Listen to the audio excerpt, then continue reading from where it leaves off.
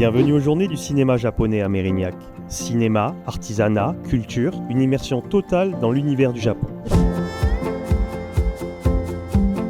On a un cycle découverte du monde. On a fait différents pays, on a fait le Mexique, l'Ukraine, différents pays. Et pour nous, c'était évident de faire le Japon parce que les Français aiment beaucoup le Japon, qui est une culture très riche et diversifiée. On a trouvé les contacts sur Ludovic Codéran, qui est le président de l'association Matsukaze, et qui nous a directement accueillis. Et dès qu'on lui a dit qu'on voulait faire un festival, il nous a directement dit banco. On a organisé, on a tout préparé ensemble, on a fait la sélection des films, on a organisé le petit village japonais. L'objectif, c'est faire découvrir aussi le cinéma japonais et le rendre un peu plus accessible au grand public, et puis aussi faire découvrir des artisans. Le hall du cinéma se transforme en véritable marché japonais où l'artisanat et les traditions sont mises à l'honneur. Alors, Tsunamizaiku, c'est un art traditionnel japonais. Ça fait à plier, à rassembler des morceaux de tissu, souvent les ornements de cheveux portés par geisha, souvent c'est Tsunamizaiku. La plupart c'est le bijou comme boucle d'oreille, le chouchou, barrette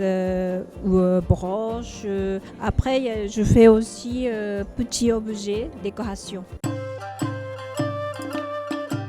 Konishiba, c'est mon nom d'artiste, donc je suis artiste textile et je fais du shibori, qui est un art textile japonais de teinture. En fait, c'est de la teinture par réserve. Donc dans le shibori, on crée des motifs en créant ce qu'on appelle des réserves, c'est-à-dire c'est des endroits sur le tissu qui sont tellement serrés que la teinture elle peut pas pénétrer et ça va créer des motifs. C'est ça le shibori. En fait, ça vient du japonais shiboru qui veut dire comprimer, presser. C'est parce qu'en fait, on contraint le tissu pour révéler un motif. Alors, Fugetsu, c'est des produits japonais que j'importe moi-même. Ça vient de Kyoto. Alors, comme moi, je pratique la cérémonie du thé, j'importe du thé de Uji, de Kyoto. Donc, ça, c'est la spécialité et tout est organique et c'est délicieux. Je représente Atelier Kimono. C'est une professionnelle de kimono qui m'a appris à porter et à mettre le kimono aux gens. Donc on vend des kimonos et on propose aussi l'essayage de kimono de façon décontractée avec un petit photoshoot. Je fais des boucles d'oreilles avec de origami. Je pliais de papier. Après, j'ai renforcé avec de la résine.